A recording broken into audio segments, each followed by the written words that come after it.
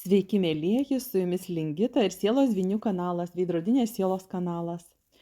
Tai ką, mėlyjeji, sninga, stichijos, beje, kas norite išmokti valdyti stichijas, tai labai kviečiu jungtis į Telegram kanalą, rašykit man į paštą, prijungsiu ir mes mokomės. Kodėl? Todėl, kad stichijas valdė ir pats Jėzus. Ir čia neina kalba apie religijas, apie tavo tikėjimą, apie nesvarbu ką, tiesiog noriu pasakyti, kad stichijos yra valdomos. Tai jeigu tu nori išvystyti savyje tas galias ir tu jauti tas galias, ir netgi jeigu tu kol kas nejauti tų galių, tai iš tikrųjų tu jas turi. Net jeigu tu sėdi šiandien depresijoje, taip pat žinok, kad tos galios vis tiek yra. Jos gali būti iš tavęs pavogtos, gali būti sumainytos, gali būti daug visokių variantų, kodėl tu šiandien tų galių neturi ir galbūt sėdi depresijoje ir guli ant sofkutės. Tai noriu tau pasakyti pirmu numeriu, jeigu tu guli ant sofkutės depresijoje, tai tikrai rašyk ir tuomet žiūrėsim, spręsim, ką galima padaryti ir nuveikti. Taigi stichijas valdė Jėzus, todėl, kad noriu pasakyti, kad apskritai žmogus gali valdyti stichijas. Reiškia, kas yra, kad žmogus turi savyje šitą energiją, šitas galias ir Jėzus tą pademonstravo. Tai va, tai dėl ko imu Jėzaus pavyzdį, todėl kad Jėzus mano buvo mokytojas ir visą laiką ir dabar mokytojas, dirbant labai sudėtingus darbus. Dar kartą pasikartosiu, tai nėra nieko susijęs su religija, tai yra tiesiogiai susijęs su Jėzaus energijomis, su Jėzaus gale, kurią jisai turėjo ir kaip jisai valdė. Suvaldė, kaip žinot, jūrą, audrą. Tai va, tai žodžiu, žmogus turi tokių galių. Ir ypatingai, jeigu mes jungiamės, mes vienijamės, mes visi valdome, mes mintimis sukuriame tokį lauką, kur valdome stichijas. Taigi, mėlyjeji, stichijas galim valdyti kiekvienas, o ypatingai susijungę drauge ir gamindami šitą energiją. Kiekvienas mes turime energijos tiek, kiek mes turime ir turime tiek, kiek mes valdome. Ta energija gali būti iš mūsų vagiama, pasikartosiu. Tai tiesiog sąmoningai reikia ją atsijimti ir išmokti valdyti. Dabar kodėl mes įstumėme į jauką? Tam, kad mes gailėtumėm savęs ir galvotumėm, kad mes esam bejėgiai. Iš tikrųjų, mes esam Dievo dalys, Dievo sūnus, Dievo dukros. Ir mes turim dieviškų galių, taip pat kaip ir Jėzus. Tai noriu pasakyti, kad visiškai nesvarbu, ar tu tiki ateiviais, ar tu tiki kitom civilizacijom. Iš tikrųjų, tai tikrai aukštesnių civilizacijų lygmenį viskas sukurta. Ir tikrai Dievas yra galybę kartų protingesnis ir nėra jisai kažkoks senukas, nukvakęs, pasenęs. Žinot, kaip mes turim įvaizdį, kad tėvai pasensta ir tuomet ir mūsų Dievas taip pat pasenęs. Ne, jisai yra daugybę kartų protingesnis už mus, kuris valdo šitą žemę. Ir jeigu kažkas vyksta šitoj žemėje, tai tik tai žmonių negatyvių minčių dėka arba pozityvių minčių dėka, arba negatyvių būsenų dėka arba pozityvių būsenų dėka. Čia priklauso, kaip žmonės įjungia kurią savo dimensiją arba kurią savo energiją ištransliuoja visatą. Taigi šitą žemę jau pavargo nuo mūsų negatyvių emocijų, negatyvių būsenų, mūsų kančių ir jinai nori nusikratyti visą tai. Ir todėl vyksta drebėjimai, stichijos ir šitą negatyvią energiją iš mūsų suka tą visą lauką, viskas vyksta spiralėmis ir viskas vyksta pagal energijų tekėjimą.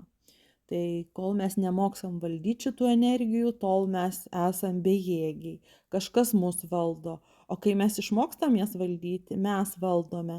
Tai va, ir kol tu neatsimeni, kad tu esi galingas, tavyje gyvena Dievo dalis, Dievo šviesa, Dievo energija, kitaip tariant, tol tu esi bejėgis. Tai va, todėl kviečiu atvykti, todėl organizuoju seminarus, mokymus, kaip tai galima padaryti.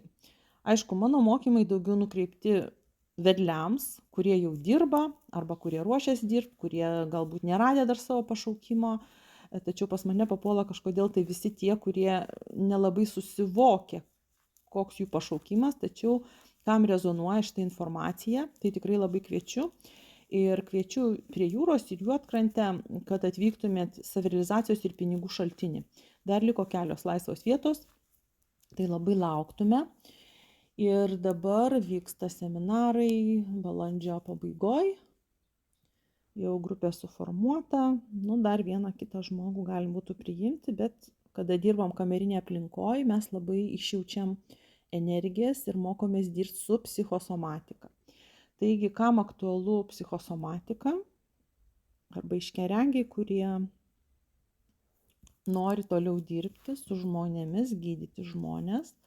Šitą informaciją labai naudinga. Taip pat gegužės 11 dieną bus darbas su širdies centru. Taip pat dirbsim su psichosomatika, su priežastimis. Mokysimės, kaip dirbti su klientu, kaip dirbti su mūsų kūnu ir su mūsų psichika ir koks ryšys. Taigi, mėlyjeji, labai laukiu. Jeigu kažkokia informacija dar domina, žiūrėkit po įrašu arba rašykit ir klauskit. Tikrai labai dėkoju už jūsų laiškus, už jūsų pasidalinimus, todėl kad pagal tai aš galiu kurti įrašus, tada suprasti, kas jums neaišku ir atsakyti tiesiog jūsų klausimą viešai, nes tai naudinga ir kitiems žmonėms. Taigi, mėlyjeji, dabar kas vyksta, tai vyksta sudėtingi procesai visiems žmonėms šitoj žemėje, kaip matote. Ir kur tu bebūtum, tu esi toj situacijoj tenai, kur tu turi būti. Mes kalbame dabar apie tai, apie dvynių ryšį. Kodėl dvynių? Todėl, kad dvyniai aktyvuoja mumyse tą energiją, kad mūsų siela išeitų į pirmą planą. Visuomet buvo iki šiol, kad mūsų protas ėjo į pirmą planą ir labiausiai ėjo mūsų ego, mūsų egoizmas į pirmą planą. Taip? Ir dabar labai klaidingai iš tikrųjų suprantama meilė sau, nes žmonės galvoja, moterys ypač, kad jeigu aš nueisiu, pasidarysiu nagus, ragus, aš čia mėgstu dažnai minėti, tai aš jau mylėsiu save. Dabar žiūrėkit, meilė sau kaip pasireiškia? Pasireiškia visais lygmenimis. Mes mylim fizinį kūną, mes mylim emocinį kūną, mes mylim mentalinį kūną, mes mylim kauzalinį kūną ir iš meilės mes dirbame su tais kūnais. Aš aukščiau neminėsiu, kad mums tiesiog nesusimaišytų. Tai dabar žiūrėkit, daugelis apsistoja ties fiziniu kūnu. Taip, reikalinga moteriai ir masažas, kad jinai atsipalaiduotų, ir sportas, ir bėgimas, ar kažkas tai, ką mes, kad pajaustumėm savo kūną. Bet dažnai būna taip, kad jaučia tik savo kūną, netgi jo nejaučia, o jį prievartauja kažkaip tai varo, jaučia viduje nerimą ir tada reikia bėgti. Suprantat, iš prievartos mes tą kūną nemylim, o mes tiesiog bandom išleisti tą energiją per bėgimą. Dabar kas vyksta su sąmoningais mylinčiu žmogumi, kuris myli save. Mylinti moteris, dabar daugiau gal apie moteris kalbėsiu, nes vyrų ir moterų meilė savo pasireiškia truputėlį kitaip. Čia truputėlį kitokie dėsniai. Dabar žiūrėkit. Moteris, mylėdama save, jinai nesiakcentuoja į kitus, į vyrą, į ten dar kažkur, tai nebarsto jos meilės, įsivaizduoja, kad myli. Ir ypač kontroliuojančios moteris įsivaizduoja, kad jos labai myli. Tai žinokit, fokusą reikia kelti į save. Aš nesakau, kad nereikia rūpintis. Čia visai kita tema. Dabar eina kalba apie save, koncentracija, fokusas į save, meilė sau, prasideda nuo savęs. Kaip ta meilė sau? Reiškia, ką mes mylim kūną, bet ne iš prievartos, ne iš nerimo, kad išleisti, o iš meilės. Pirmiausia, aš pradirbu mintis, pozityvias mintis, pažiūriu, kur susidėlioju, kur ten negatyvios, kur pozityvios atskiriu, pažiūriu, kokios stebiu, kokios mintis ateina į mano galvą. Taip? Toliau šitie kūnai yra kaip susisiekiantys indai. Mūsų mintis toliau duoda impulsą į mūsų emocinį kūną. Ir eterinį, ir paskui fizinį. Tai dabar žiūrėkit, kaip yra. Mes mintimis užduodam, prasivalom, prasifiltruojam, stebim kokios mintis įsileidžiam ar kokių neįsileidžiam, kokios mintis užsisuka arba jeigu užsisuka labai stipriai košė galvoj, tvarkom tą košę, valom košę, čia yra meilė savo. Tvarkom savo galvą. Ne iš egoizmo, kad aš reikalauju, o dirbam su savo mintimis. Ne auka, kad manęs nuskriaudė ir man blogai dėl to ir aš užsiemu savigailą, kur yra plyta, kur aš niekur nenuvažiuosiu, iki kitų lygmenų net nenuvažiuosiu, nes kiti kažkas blogi. Tai yra vaiko pozicija, savęs gailėjimas ir verkimas ir jokio sprendimo nepriėmimas. Tada žmogus priema sprendimą, prisiema atsakomybę, priema sprendimą. Aš taip nenoriu, kad mano galvoj būtų košė, tada aš žygiuoju toliau, einu į būsenas, matuoju temperatūrą būsenos. Jeigu ten liūdesys, kažkas dirbu su būsenom, čia ne vienos dienos darbas. Žmonės sutikę dvynį kitą kartą metais malasi, suprantat, pelkiai, ir galvoja, kad čia dirba su savim.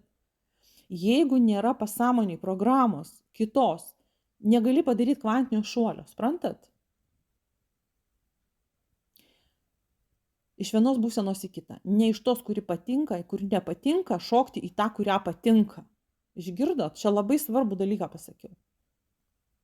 Ir jeigu jūs galvojat, kad aš perėjau tą 4. ar 5. ar neperėjau, neperėjai. Jeigu tu sėdi liūdesy, jeigu tu sėdi depresijoje ypač, tu sėdi pelkėj, tu sėdi pragare. Tai va, dabar kaip daryti kvantinį šuolį, nepavyksta pačiai, reiškia nėra tų failų galvoj, reiškia genetikoje nėra, reiškia gal šeima buvo tokia, gal traumuota, gal programos tokios, ar ne? Ypač jeigu tu prievartą patyrei. Viskas eina kaip fonas prievarta, tave eis visi ir prievartaus, jeigu ne fiziškai, tai psichiškai. Supranti, kaip bus tau. Todėl čia būtinai reikia pradirbti, kodėl reikalingi vedliai. Ne dėl to, kad jie už tave nuspręstų, dėl to, kad jie žino, kaip iššokti iš tos būsenos į kitą būseną. Tai va, ateik, pradirbsim. Klausia manęs, aš tiek paskaitų vedu, manęs klausia, ar jūs dirbat su tuo ir tuo. Tai jeigu aš kalbu, tai aišku, kad dirbu. Reiškia, aš tikrai žinau, kaip nueiti nuo to taško iki to taško.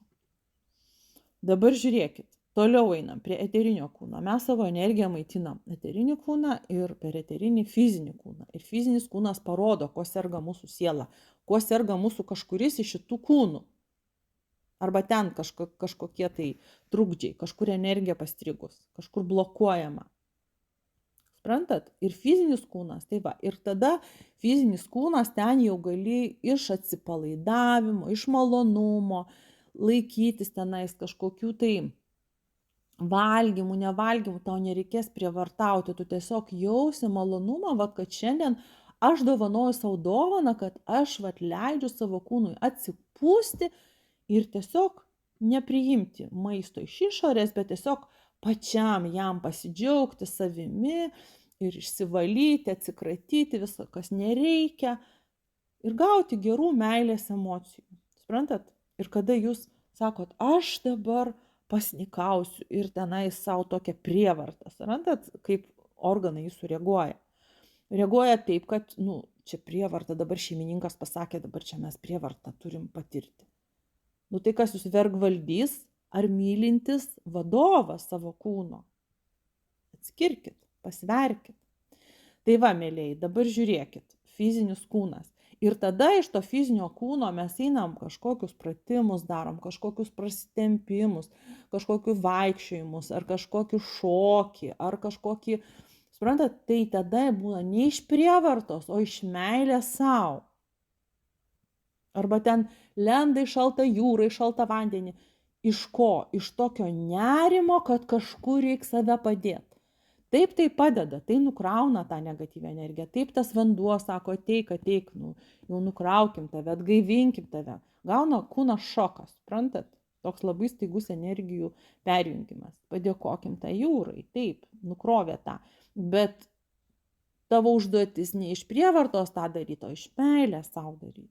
Tai va, jaučia skirtumą, kuo skiriasi. Ir va tos bado dietos, dar kažkokios dietos, viskas yra iš prievartos. Bet kažkur yra pasąmoniai programa paleista, kad gynyba, reiškia gynybos programa, man reikia gintis ir todėl aš auginu tą svorį, tuos lašinukus ar kažką, kad nuo kažko apsiginčiau. Pas mus kompiuteris galva yra labai labai protinga. prasme, protingai sukurta. Mes tenais tiesiog padarom sprendimus, ko mes norim ar ko nenorim. Nesąmoningai, pasąmoniai kažkada padarė ir tos programos paleistos.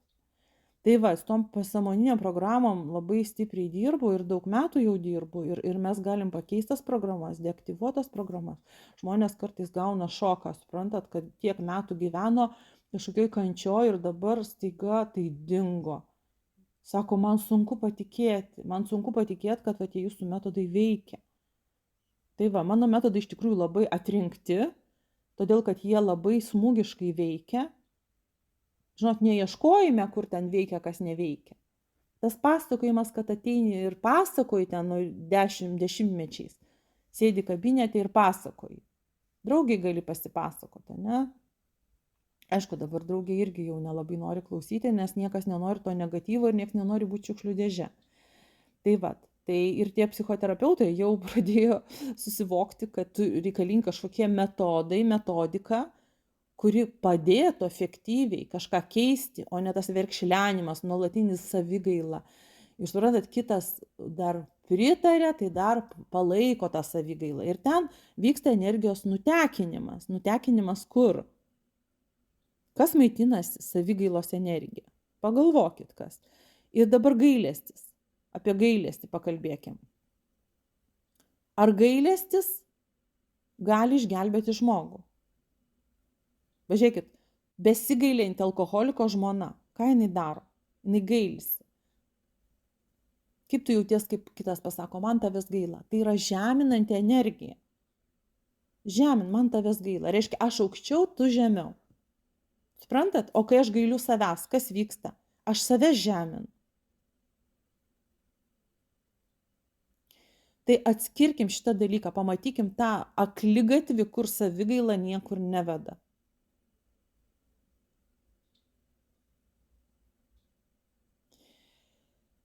Tai va, ir nevadinkim tai meilę savo.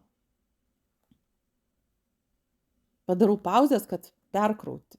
Nevadinkim tai meilę savo, savigailos. Priešingas polius yra, kad mes prisiemam atsakomybę, aš galvoju, kodėl taip yra ir ką aš galiu pakeisti. Ir aš tada keičiu savo galvoju, aš dirbu. Taip, yra atvejai, kaip jau tiek išeikvojat savo per savigailą energijos, jūs nepasikeliat, gulit ir viskas, jūs duobė, jūs pelkiai, viskas. Skęstat ir traukiat tą pelkę ir nebėra jėgos, nebėra energijos, nes jūsų brandolys, sielos brandolys suvalgytas tenais, likę 10%, tai iš kur žmogus gali? Turi bent daugiau negu 50% būti sielos brandolio, kad žmogus turėtų jėgos. Tai va, per visokias traumas tas sielos brandolys atkabinamas, suvalgomas. Tai va, aš turiu daugybę atsiliepimų, kur žmonės tikrai po vienos sesijos sako, sunku patikėti, kad taip įmanoma. Tokias traumas išgydyti. Ir ne vieną traumą. Apie 5 traumas išgydau per vieną sesiją. Tai va, mėlėjai, kodėl reikia susirinkti savo sielos brandolį, savo sielos dalis, kiti vadina sielos fragmentus. Nesvarbu, kaip pavadinsit, esmės nekeičia. Esmė, kad jūs susigrąžintumėt savo galias. Tai va, jeigu tau rezonuoja, tai žinot, kai skauda galva, mes einam perkam vaistus. Jeigu tau vyksta tokie dalykai, tai žinot, geriau mažiau pavalgyti, bet geriau įsigydyti savo sielą ir atgauti savo galias, kad tu turėtum jėgų eiti ir uždirbti pinigus. Arba atvažiuoti į seminarą, kad tau prasimuštų tas šaltinis ir tu galėtum realizuoti save. Nes dabar keičiasi sistema. Tu nori ar tu nenori, tiesiog stichijos, tiesiog dar tu atsidursi tokioj vietoj, kur tave vis tiek privers išeiti į savirealizaciją, išeiti į savo misiją, kad tavo siela prabustų, išeitų į pirmą planą, tavo siela išeitų į pirmą planą. Ir kuo toliau, aš tą informaciją iš tikrųjų labai sudėtingą gaunu ir tiesiog net nesinori kitą kardėti, nes kitą nelabai gal suprantat. Bet nuolat šita auka išlenda. Tai tvarkykitės mergaitės su auka. Berniukai taip pat tvarkykitės, bet berniukai kažkaip labai moka mobilizuotis ir jie labai staigiai pagauna, kas čia kalbama, ir labai staigiai susidėlioja ir susitvarko. Tai labai džiaugiuosi jumis, o kas nori pradirbti arba nori išeiti savo misiją, arba susigrąžinti savo sielos branduolį, tai rašykit. Tai va, tai labai labai džiaugiuosi jumis, kad esate, kad klausotės, labai laukiu susitikimo su jumis ir ką, mylėjai, iki susitikimo.